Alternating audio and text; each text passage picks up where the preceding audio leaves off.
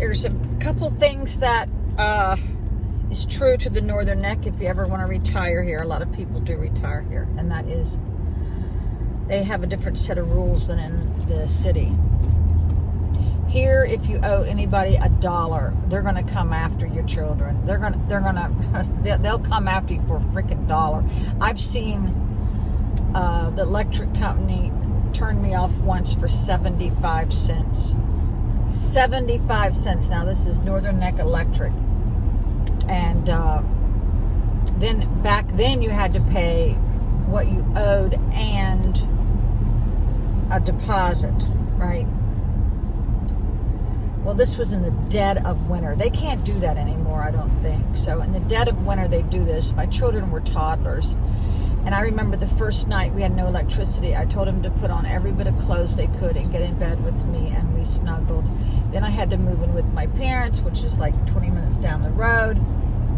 And me and my husband had to cut firewood because they own like 60 acres. And we cut firewood for the fuel assistance program. We got $40 a load. Now, this was 30-some years ago. And that's how we got the money. It was like $500. Now, $500 in the late 70s was a lot of money back then, you know. But the other thing about the Northern Neck is they're behind times 20 years.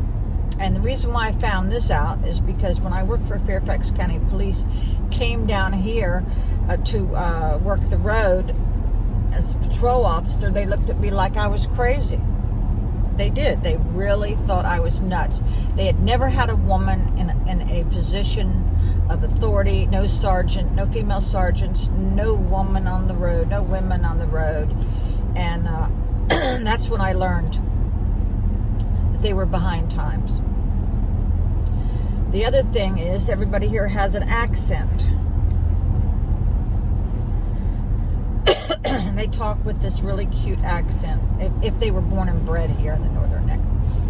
Now, I know if you've ever been to Tangier Island, it's the island now that's almost going to be covered by water soon. They have their own little verbiage, their own dialect, and it is kind of hard to follow, but once you, I think they call them Guinea men, I think. Now, as many years I lived in Northern Neck, I never got to go to Tangier Island, but you can get on a boat and go over there and have lunch, which is a really nice way to spend the day. So, what else is about the Northern Neck? They didn't get their McDonald's until, I guess, the late 80s. There was never any McDonald's or fast food restaurants. There was only a pizza parlor, you know. So, now I'm passing Stratford Hall. I think that is a very wonderful way to spend a day. It is a mansion that I think the Lees owned, different generations there. It is just beautiful. I've been on like 3 tours there. Actually, my tree company used to do tree work there, Stratford Hall. And let's see. In the Northern Neck, if you're coming from another locale and you move there, you're called to come here. I've been a come here, left there, come back here, left, come back again here. Okay. So you're called to come here, and you will never, ever be 100% accepted into their little clique, because there is a big clique in the Northern Neck, especially around Kilmarnock and Lancaster. There's a clique. If you don't have that family name, you will be treated a little bit different. That's all I want to say. You'll be treated a little bit different. So, let's see. What else can we talk about the Northern Neck? The farmers have made a lot of money in the Northern Neck, and they will continue doing so. Farming is a big part of the Northern Neck. Now, when I moved there in around 1976, I left in the late 80s. Crabbing was like, that's how everybody made their money. They crab. But when I moved there, all of a sudden, they had fished the waters, and there was no crabs. Now they're just finally coming back. If you're into crabs, I love crabs, but they are so expensive now. I think 12 jimmies is like what, $70. I don't know. It's just outrageous. The best times I had with my mom is getting a chicken neck and some fishing line, tying that, get a big old net to scoop up those crabs. That is the best times I've ever had with my mom. I've never seen her laugh and giggle more than that right there. Those are some precious times. So, yeah, the Northern Neck, they know who you're sleeping with. They know who you aren't sleeping with. And there's only like, I guess, 2 or 3 lawyers in town. You could probably get out of any kind of mess. I know this for a fact. A lot of my friends got out of some very tickling situations just by throwing money at a lawyer. You can get out of some stuff there. So, I'm going to give you an example of what the Northern Neck is like. My mother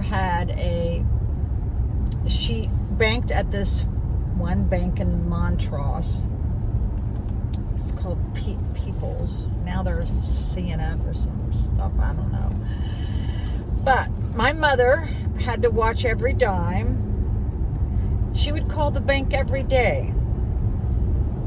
They knew everybody at the bank, all the tellers. They were so sweet. They knew my mother's voice, and they knew that my mother would be on the phone for a long time. So in my imagination, I'm thinking those ladies would take her on a different day.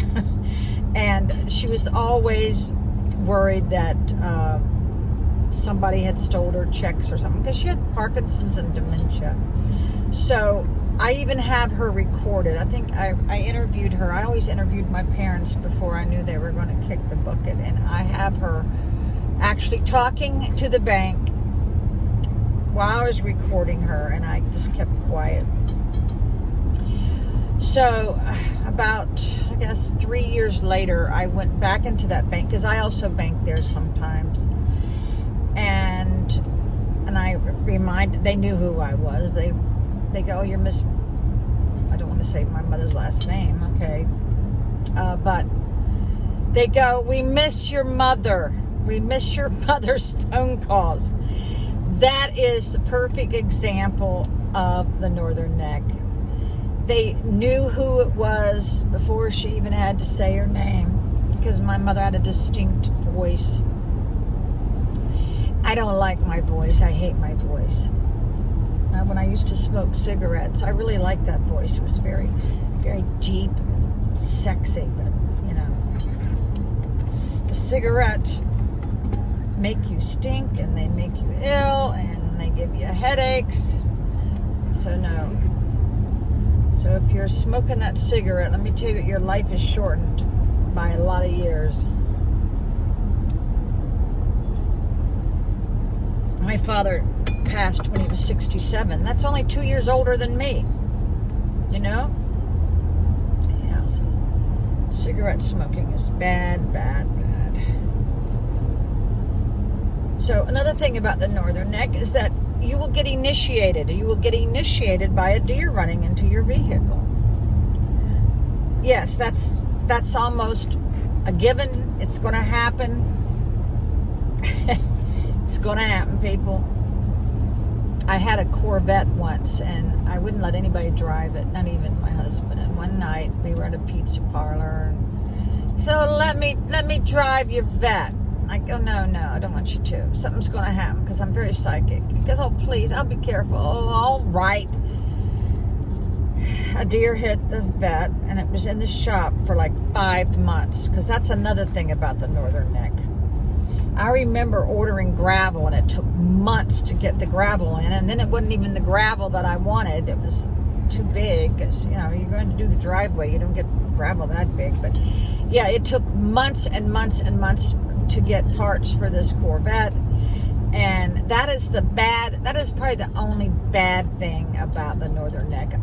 And if you are dealing with a contractor, they're not going to be in a rush. This is not the big city. You are going to be put on the back end, and you're lucky if they show up. But you should never, ever even give a deposit or anything, or even pay in advance, because they're not in any hurry. It's like the islands. If you've ever been to the Caribbean, you've been to the islands like Jamaica or Turks and Caicos or the Dominican, they are not in a hurry. You might be there 2 hours waiting for your dinner. Well, the restaurants are a little bit better in the Northern Neck, but when you're dealing with contractors, yeah, get used to it, people. And if you were one of those contractors that could show up when you say you were, you're going to make a lot of money. I made a lot of money in the Northern Neck because we came from the city down there, so you get treated the customers got treated a lot better than if it was someone who were born and bred there, okay? Yeah. There's a lot of comedy there, where the place is so small you end up marrying your cousin or something, you know. It's like, I don't know, West Virginia. No offense, West Virginia. I love that state. I might even move there. But, yeah. Now, the Northern Neck is also, they do not adhere to the laws that we have in big cities. And I can definitely say this for sure. When my kids were in school, they were separating the girls and the boys on the school bus and the whites and the blacks. When my children told me this, I'm going, what happened to, I think it was Brown versus the government? It's a big lawsuit. I think that's about, desegregation. They're supposed to, not segregate the races. And they were doing that. And, because they didn't think the laws applied to them. Reminds me of Key West. Key West thinks that they don't have to adhere to the rest of the, the government. They think they have their own little government there. And I think they still think that, If you ever been to Key West, you know what I'm talking about.